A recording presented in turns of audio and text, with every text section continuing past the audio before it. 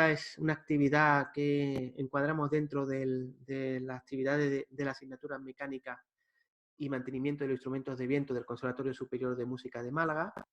Y bueno, hoy tenemos la visita virtual de Joaquín y Clara. Y bueno, la verdad, esto pinta muy bien. Ellos van a hacer una charla de cómo se aplica el instrumento de muchas formas, o sea, cómo se toca de muchas maneras. Creo que todos vamos a aprender mucho y muchas cosas interesantes. Y nada, ya dejo a nuestros amigos Joaquín y Clara la palabra para que empiecen cuando quieran. Y Joaquín, Clara, gracias por estar con nosotros. Ole, gracias a ti, Sergio. Pues bueno, antes de nada vamos a empezar tocando un temita, que es nuestra manera así un poco de calentar y como siempre empezamos todos los conciertos y todo lo que hacemos.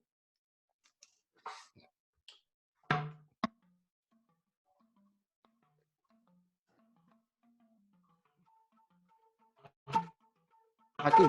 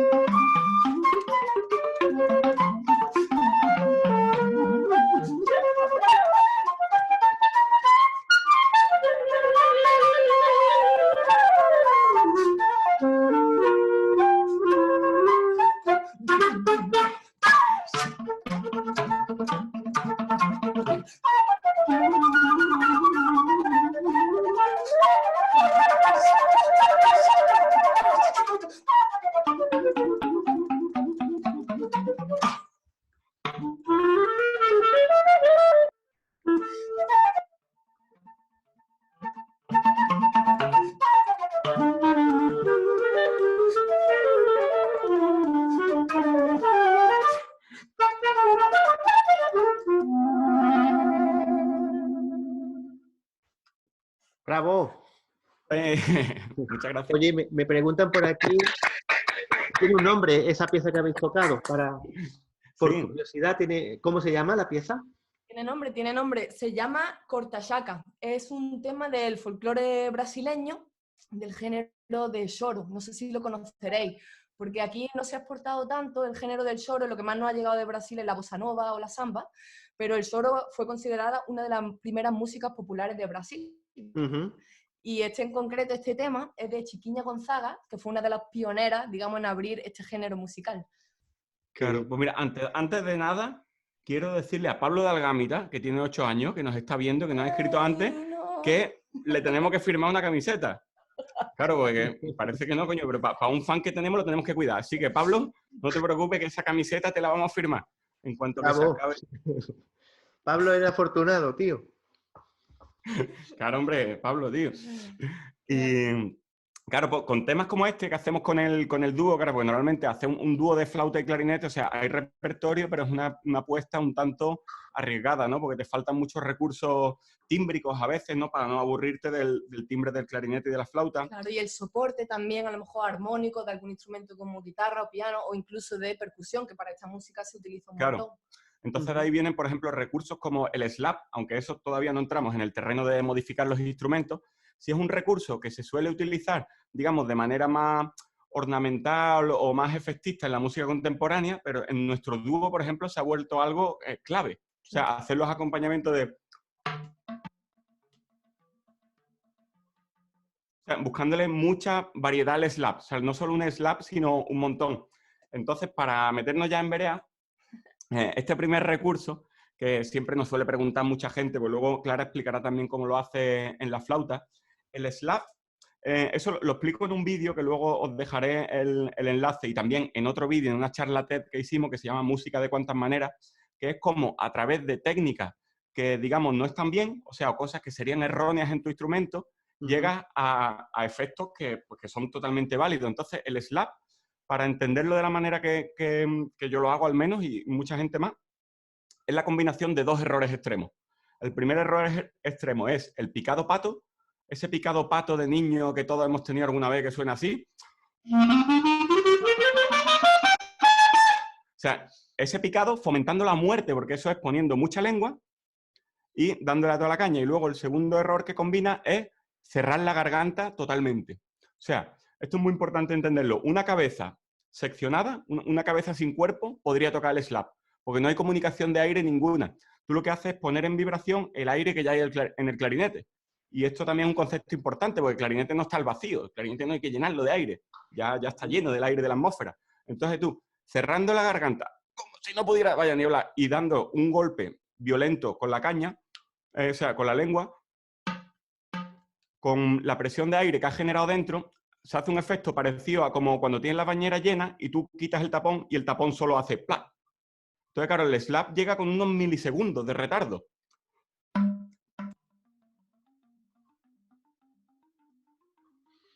Y tú ya vas ensayando. Perdona, verifica el sonido, porque a mí por lo menos se me corta. Cuando tocas, se me corta el sonido. ¿Sí? Cuando hablas...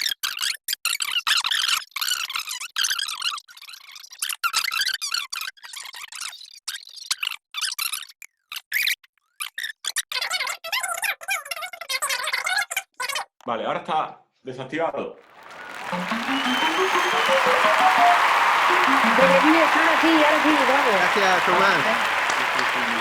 Vale, pues yo. Muchas gracias, tío, el comité técnico, servicio técnico aquí.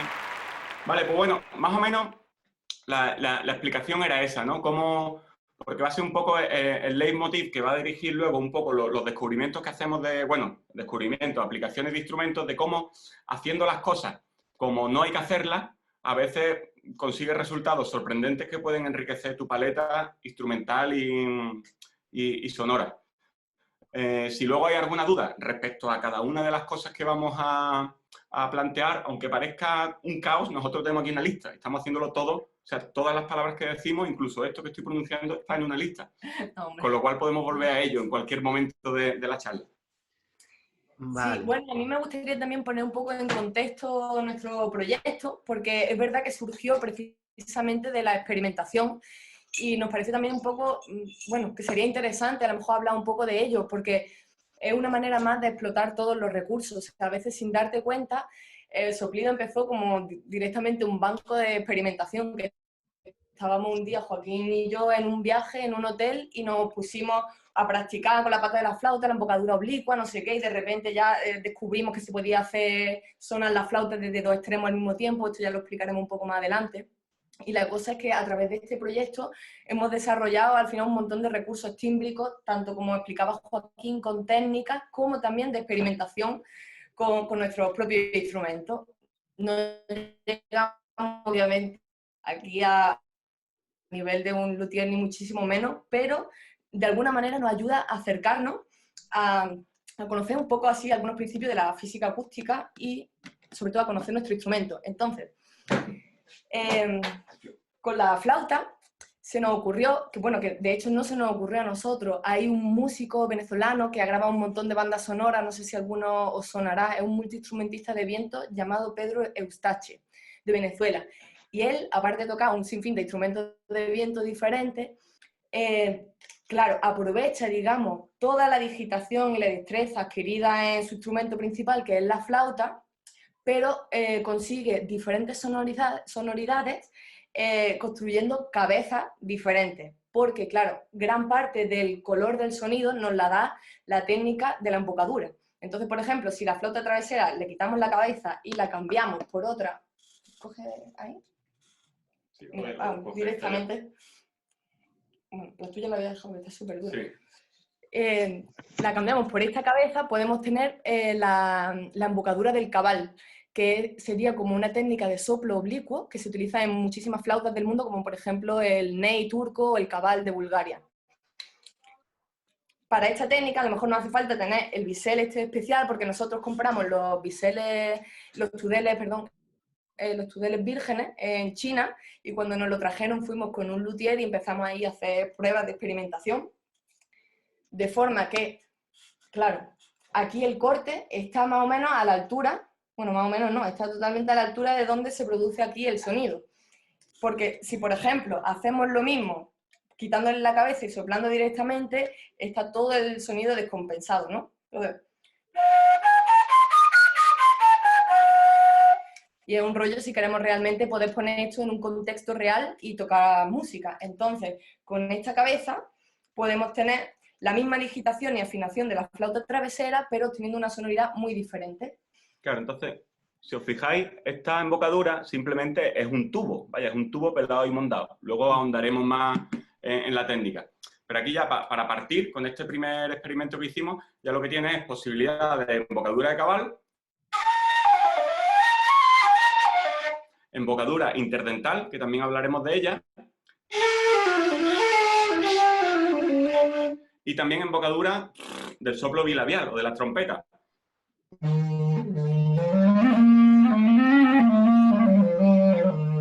Entonces, claro, ya de donde había un instrumento, pues ya tiene muchas más cositas. Vamos a tocar un tema de Clara que se llama Wind, que está, bueno, sí, un cachito pequeñito, inspirado en la churjuna, que es un ritmo de Armenia.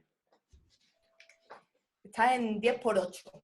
Es un ritmo, claro, en el conservatorio no trabajamos, por desgracia, muchos ritmos así compuestos, que son muy interesantes. Este, por ejemplo, al ser en 10, hace como 3, 2, 2, 3. Lo que pasa es que le metemos al final de la frase un corte que está en 9, eso ya es una fricada, pero sería como chac, chac, chac, chac, chac, chac, chac. Uy, perdón.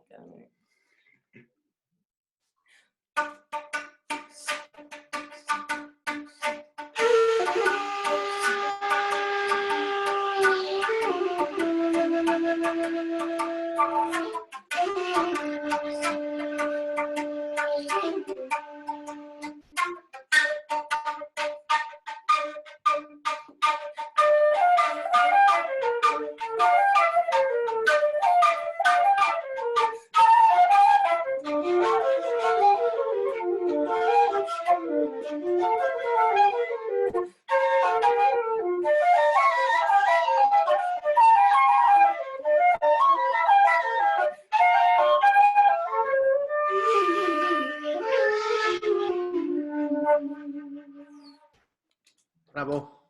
Bravo, bravo, me encanta. Gracias. Gracias.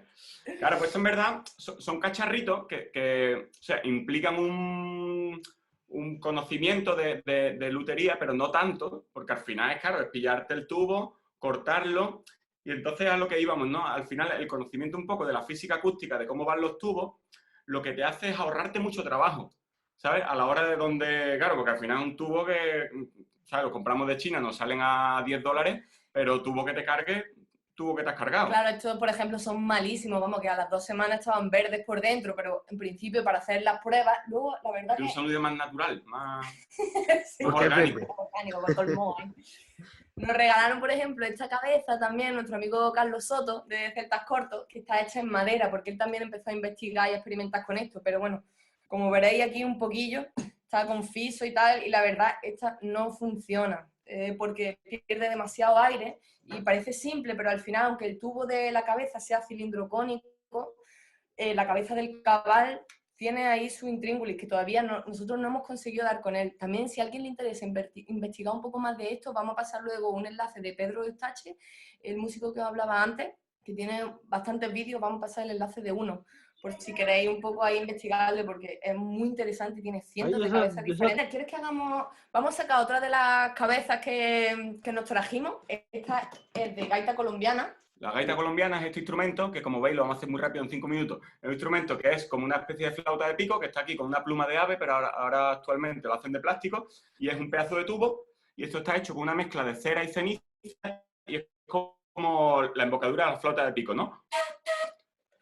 Pues bueno, la gaita colombiana tiene 3 partes, igual que la flauta travesera, se desmonta en 3 piezas, y la cabeza, por ejemplo, esta está especialmente diseñada para que entre además las medidas de mi flauta y tal.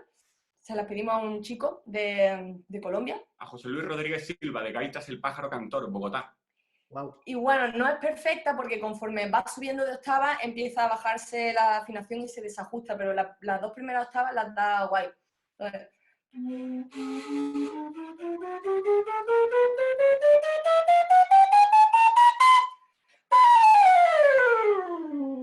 entonces, vamos a tocar un mini tema ya para... Bueno, todavía quedan sus 5 Sí, minutitos. 5 minutos. Estamos Queda, hablando ahí queda, súper no te rápido. preocupes. Pero mira, para que escucháis un poquillo. Claro, vamos a acompañar con la gaita original. Como veis, esto tiene nada más que 5 agujeros, pero el de abajo es solo para los que tienen los dedos muy gordos. Yo tengo con los 4 de arriba y es solo con los armónicos. Vamos a acompañar un forró de Brasil. A ver, oye.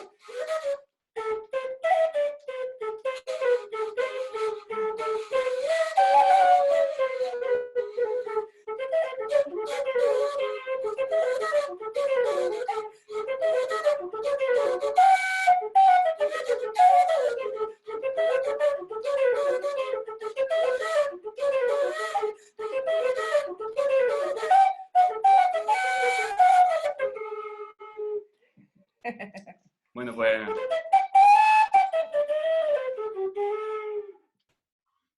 Ya. Fantástico. Ahí me encanta todo, ¿eh?